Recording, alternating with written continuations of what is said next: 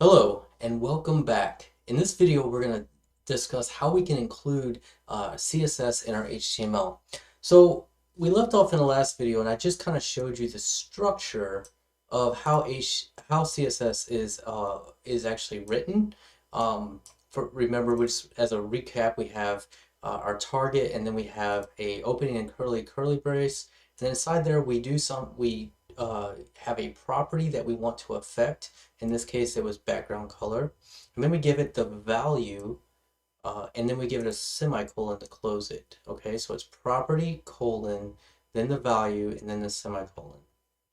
Okay, so there are three ways, like I said, to include CSS. There's internal, external, and inline. Okay, so I'm going to show you an example of all three of those and talk about when you might want to use those. Actually, we may not dive deep into when you might want to use those, but I just want to show you all three and we'll get going. So we've already shown the internal, and this is called internal because this style is in the head of this HTML document. Okay, so the CSS that we write here only affects the HTML in this document. That's why it's internal. Okay. The next way, and I'm going to go ahead and delete this. The reason that this is probably not the way that you want to go about doing it is because imagine that I had, and actually let's go ahead and just do it real quick. I'm going to have an about me .html file. Okay, so let's start with our doc type. Okay, and then close our HTML, open and close our head. I'm going to go ahead and give it a title. And we'll say about me. And then what I want to do is let's add some style here. And I'm just going to target my H1. And we'll just say color red. Okay. And I'm going to change the other one to just have that as well. So we'll get rid of this H3. Let's get rid of this horrible background color there. Okay, and then we're going to make the color red here, just like we did in our other file. And let's get rid of this margin bottom and just refresh here. And so now we just have our file, and it has a red head1 tag, H1 tag. In the about me, we'll just leave that. And then let's go ahead underneath the head and let's add a body. And in that body, let's go ahead and add another H1 tag. And I'm just going to say about me. And then what I'd like to do is let's get a menu going so that we can quickly get back and forth between these pages. So underneath this H1, let's add, we could use a div or even a UL, unordered list, but instead let's use one of the semantic HTML5 options that we have, and we're just going to use nav. Okay. And inside nav, we're going to add just two links. So remember our link tags here. Let's give it a relative path.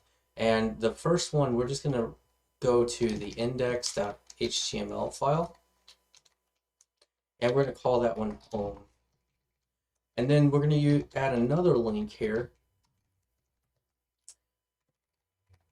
And this one, we're going to go to the about_me.html. And we'll call this about me. And what I'm going to do is I'm actually going to copy this whole nav element right here. So I'm going to hit Control-C to copy that, save the file, and I'm going to go to my index.html. And in my index.html, underneath my heading tags there, I'm going to paste that by hitting Control-V, and I'll save that. And now when I refresh, we have this menu, and we can actually go back and forth between these pages fairly easy there. All right, so now that'll just help us out. So let's talk about why this could be a problem. So I could have hundreds or even thousands of documents in a website. Right now we just have two, so it's not that big of a deal. But imagine if I decided, hey, you know what? I no longer want these headings to be red. I want them to be green. So then what I have to do is I go here and I hit green and I save it and I push my code live and hit refresh, and then somebody visits my about me, and it's like, oh, well, that one's still red. Crap. I forgot to update it there too. And that will undoubtedly happen to you if you write your CSS in this way. So I would have to remember to go into my about me and then change this to green. Okay. Now if I refresh, of course, both of these are going to be green. So that's probably you probably don't want to do it that way if at all possible. If you're going to use an internal style like this, an internal CSS like this, you should have a really good reason for doing so. So if you're about to do this, just ask yourself, is there a better way to do this? And do I have a specific reason why I'm doing it in this way? Okay, because there may be reasons that come up. All right, I'm not going to say there's not. That's the reason they gave us the ability to do this. There are times when this makes sense, okay? But I would say probably 90% of the time at least, this isn't going to be the option you want to do. So let's go ahead and get rid of that style tag altogether on both of these pages here. Oops, get rid of the whole style. And we'll save and refresh. And now we're just back to black headings. And that's okay with me. All right, so the second way that we can include CSS, and you've seen this kind of in the last chapter briefly, is we can do inline styles. Again, what we do here is we add it as an attribute in the tag. So we can say style equals, and then open and close some double quotes. And then here I can say color, and the same way I do my property, colon, and then my value, and then the semicolon. And if I refresh then, this is red. Now, there are reasons that you're going to find yourself using inline styles, but this suffers from the same issue. And especially if you're doing a lot of inline styles, you're going to have to dig through all your files to find this code. But I do want to show you that this is an option, and this will come up sometimes that you actually should do this, or that you may want to do this. Okay, so there's a lot of people that say you should never do inline styles. Listen, sometimes you're going to end up doing an inline style, and that's fine. But again, have a really good reason why you're doing an inline style. Okay, because it's not going to be very maintenance forgiving when you have to maintain your site if you have to go through all of your code and find your styles as inline styles or even internal styles. Okay, so let's talk about the most common and probably the most powerful way to include styles in your HTML, and that is with external style sheets. Okay, so we've created inside of our styles directory here, our styles folder, we created a styles.css file. So I'm going to double click on that, and you can see that that is empty right now, and that's fine. I'm going to leave that empty. But let's go back now to our index.html, and in our head, we're going to come over here and we're going to add a new tag here, and it's called link. Okay, so a link tag is going to take a couple attributes. The first one is a rel. Okay, so we're going to tell this what is the relationship with this. What kind of file are we linking to this HTML? And in this case, it's going to be style sheet. Okay, so it's a style sheet, and then we're going to give it an href tag, and then let's go ahead and close it. Now this doesn't have a closing tag, so you're not going to do a closing link tag like that. This is a self-closing tag, and you can use absolute or relative paths here in the href, just like you can with images or links. So let's go ahead and use this, and we're going to say /styles. So we're going to go into our styles directory, and then we're going to type styles.css. Okay, so this will link that style in there. I'm going to go ahead and do the same thing on the About Me page. So again, it's a link, a rel here, and we're going to do style sheet, href, and that will be /styles, styles.css, and I'm going to go ahead and close the tag there. And now both of these, if I did this correctly, if I refresh, we're not going to see any style changes, but if we go to sources here on our inspector, if your inspector isn't open, just right click and click on inspect, or you can hit Control-Shift-I or Command-Shift-I on a Mac, and that will open your inspector, and click on sources. And you can see all the sources that are being used in your website. And so I have this styles directory, and if I click on that, inside of there it shows that I have the styles.css file. And if I click on that, it opens the file here, and you can see that it's empty, but it is linking incorrectly. it is linking the file correctly. So that's what we want.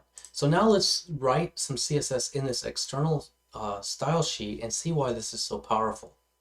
So now we write, we don't need like a style tag or anything like that because we're inside of a .css file. And so this is going to be interpreted, everything in here as CSS. So we're not going to have any HTML tags in here or anything like that. This is only CSS. So we can just start with the target. So I'm just going to target our H1 and we'll just go ahead and color that thing red. And I'll save that. And now when we refresh, the H1 is red. And if I go to the About Me page, that H1 is red as well.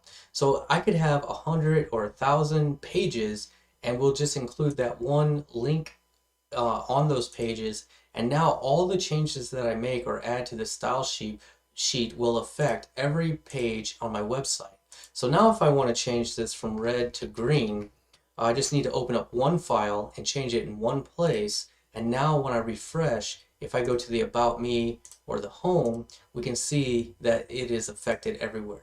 Okay, so this makes our websites a lot more consistent and gives us a lot more control over what every page looks like without us having to go into every single page in our application or our website every time we want to make a style change. Okay, so I hope that makes sense. The three ways, again, just to recap, we have internal, we have inline, and the most powerful one that we have is external. So we can create these style sheets and you can name them pretty much whatever you want, but they have to be with an extension of .css, okay? And then we're going to link those in just like this inside of our HTML, and it has to go in the head. So I'm inside the head here.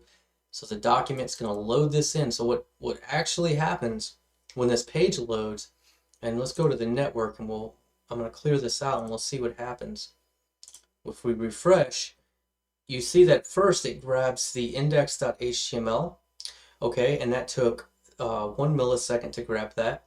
And then what it does is it looks inside that file and it's like, hey, I also need another file to make this work. And so it does a separate request, and you can see it in the network here, it does a separate request to get my styles.css. And that took 7 milliseconds, okay? And so you can see that the whole page then is going to take some sort of time to go ahead and get the 2 requests, all right? And then it's got to render, once it has all of that information, it's got to render this to the DOM, okay? So we added the one file here, and if I click on that, you can actually see the response in the preview. You can see what it actually responded, which was my CSS that we wrote there. Okay, so there's 2 requests that happen here, which, by the way, if you have images on your page, it has to do a request to get those images for each image as well. So that's why adding a lot of images or even big images can slow down your site when it's loaded.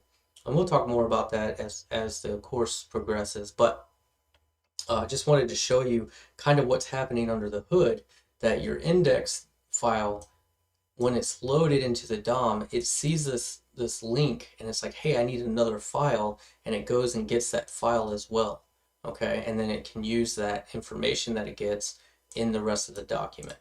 So I hope that helps, and I will see you guys in the next video. Happy coding.